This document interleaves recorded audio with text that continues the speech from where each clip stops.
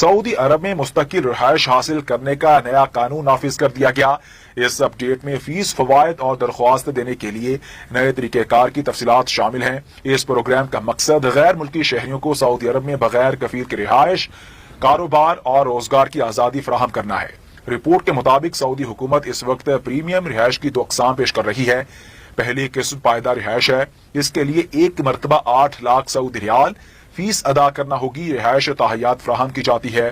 دوسری قسم قابل تجدید رہائش ہے، جس کی سالانہ فیس 1 لاکھ سعودی ریال مقرر کی گئی ہے۔ پریمیم رہائش حاصل کرنے والوں کو متعدد سہولتیں دی جائیں گی۔ انہیں کاروبار یا ملازمت کرنے کی مکمل اجازت ہوگی۔ اس کے علاوہ وہ اپنی اہلیہ اور بچوں کی کفالت بھی کر سکیں گے۔ اس اسکیم کے تحت ملک میں آزادانہ آمد و رفت کے لیے ویزے کی ضرورت نہیں ہوگی۔ رہائشی افراد کو بینکنگ، تعلیمی اور طبی سہولتوں تک براہ راست رسائی حاصل ہوگی۔ انہیں بیرون ملک رقم منتقل کرنے کی بھی اجازت ہوگی۔ تاہم اس پروگرام کے تحت سعودی شہریت یا ووٹ دینے کا حق نہیں دیا جائے گا۔ درخواست دینے کے لیے امیدوار کی عمر کم از کم 21 سال ہونی چاہیے۔